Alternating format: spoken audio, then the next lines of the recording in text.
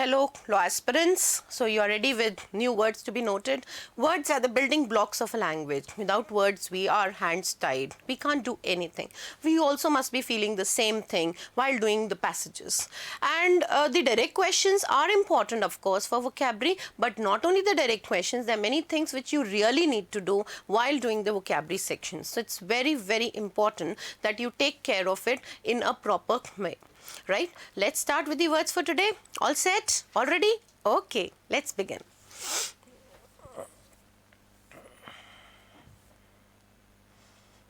This was the last words we did yesterday, and this was something which we were talking of: indiscriminated, indignant, incite, or incentize, or incendiary. This was our last class for yesterday's class. We discussed these words because these words are very important. I just showed you the slide again and I made you write about it. Right? So you're going to write, turning to the next word, that is impropriety. Impropriety is failure to observe standards of honesty or modesty. That means you're not able to fulfill your standards of modesty. You are not able to do the work in a modest, in a sincere manner.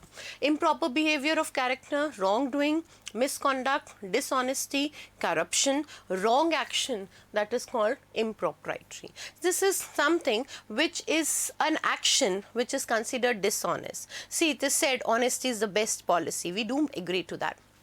But then this is a kind of an improper or a wrong behavior, a wrong standard behavior from somebody.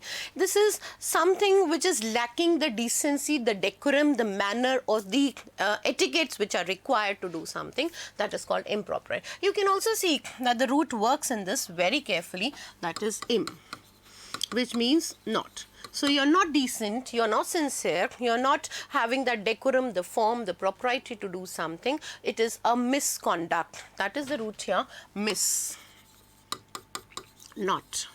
Right? So a bad behavior, or the root dis. So easy. See the negative prefix that is working. These are all what is called the negative prefixes.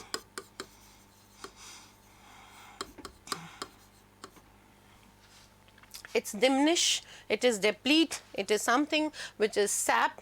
You know, when you are taking up something from it, because this word is linked with this word, make a person or area poor. You utilize and exhaust everything from that area. You use that strength from that, the vitality from something that is lacking, weaken or sap or exhaust the drain of something, diminish something, deplete something, that is improvise. Making a person or area feel really poor, somebody who is exhausted or tired by it. See, impropriety is dishonest, I repeat. It was the impropriety of the manager that he was dismissed, and it was the impoverished, that is the energy or the things of the plant were impoverished, that is totally exhausted, totally drained, totally reused, depleted thing.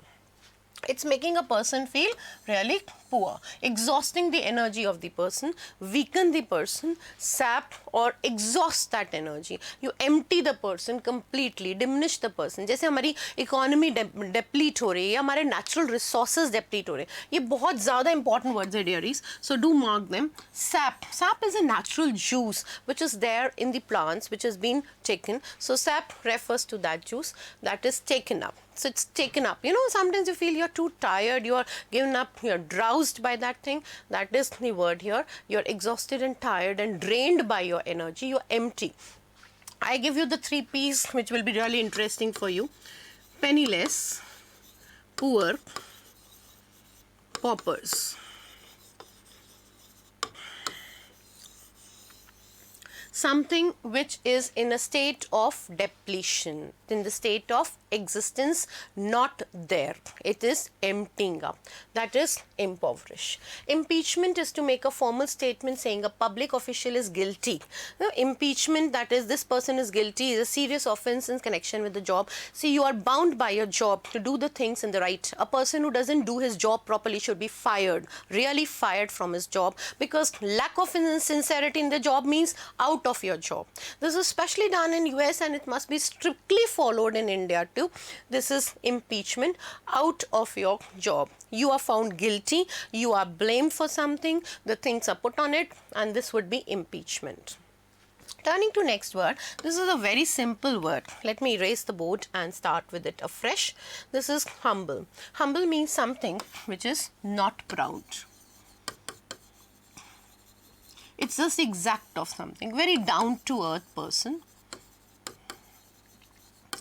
Simple. A kind of a laity. A layman. Wherever you find dearies, I am a bit fast in my pace or speed. At that time, stop your video there and continue. Right? It's very, very important that you note the word very carefully. You're meek, you are very self-effacing, means you remove yourself. You have a very modest attitude of dealing with the things. Having shown a modest or a low estimate of one's importance, it's meek, it's deferential, it's respectful, it's submissive, it is self-effacing. Humble is something which is not proud, and the opposite would be really which is proud, which is dominating, which is deferential, overbearing something. You are very submissive by nature, you're very self-effacing by nature, you're respectful by nature. You have that caliber, you have that stamina, you have this quality in you that yes, you would develop to be very, submissive in your attitude. Now the next word, hounding. Have you heard of the hounds, the hunting dogs which are used by police and the other people to find out something? They have very strong olfactory sense, the sniffing power.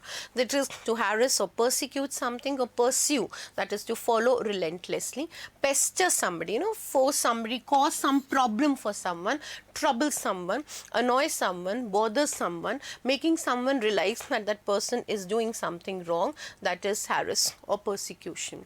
It is a pester or a bothering thing where you are forcing someone, making someone harassed, completely harassed and annoyed, that a person gets out of nerves. Lose one's mental equilibrium.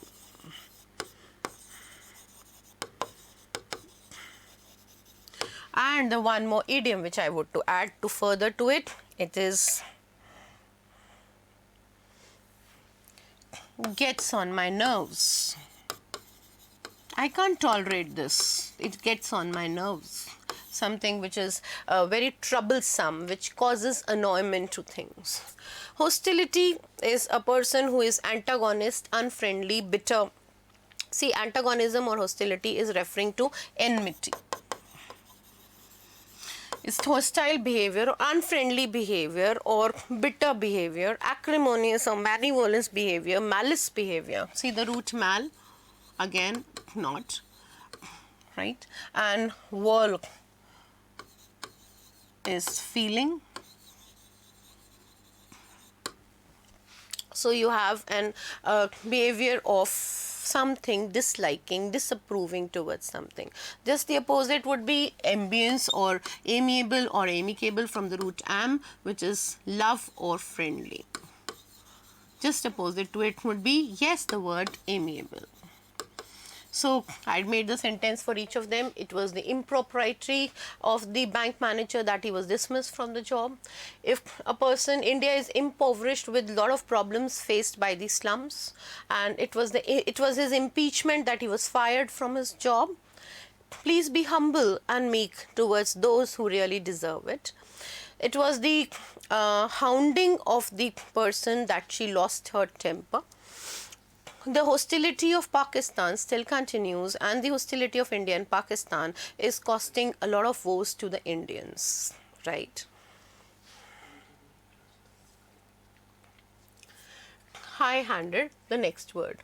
High-handed is something which is arbitrary, which is overbearing, having or showing no regard for the rights of others. You don't consider anybody important. You consider you have a higher hand. This is also called by the word upper hand.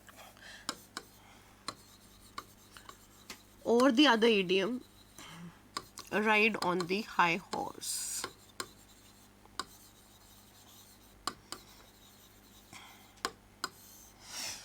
Showing no regard for the rights of others. A person who has no feelings for others, a person who is arbitrary, a person who is overbearing, a person who thinks that he is superior to the other, that's superiority complex.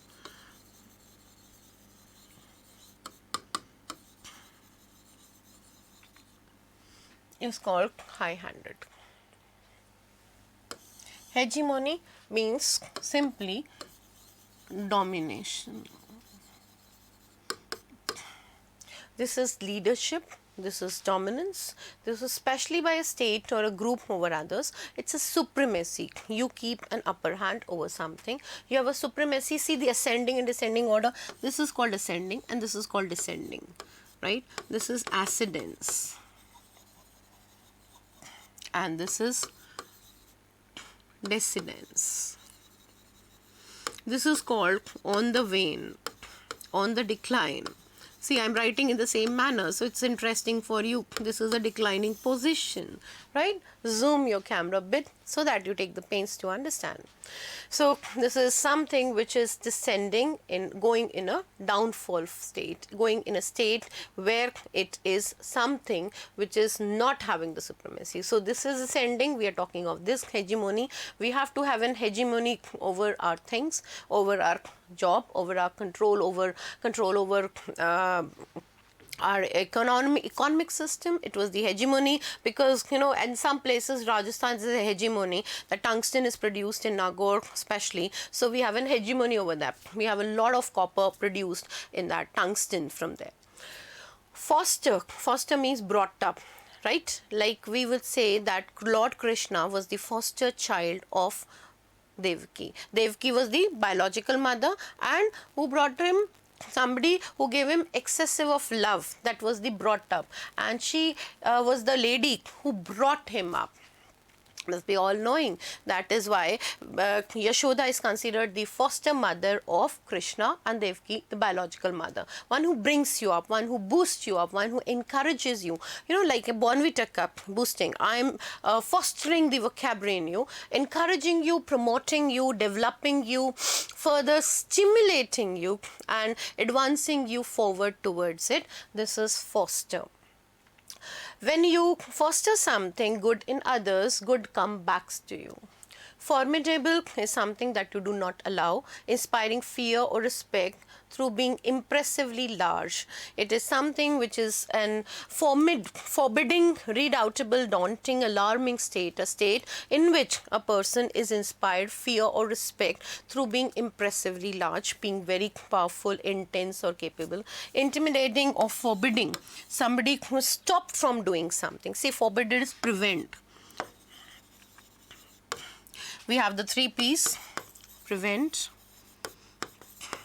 preclude, and the word prevention. Not allow that thing to happen. You know, nip in the bud.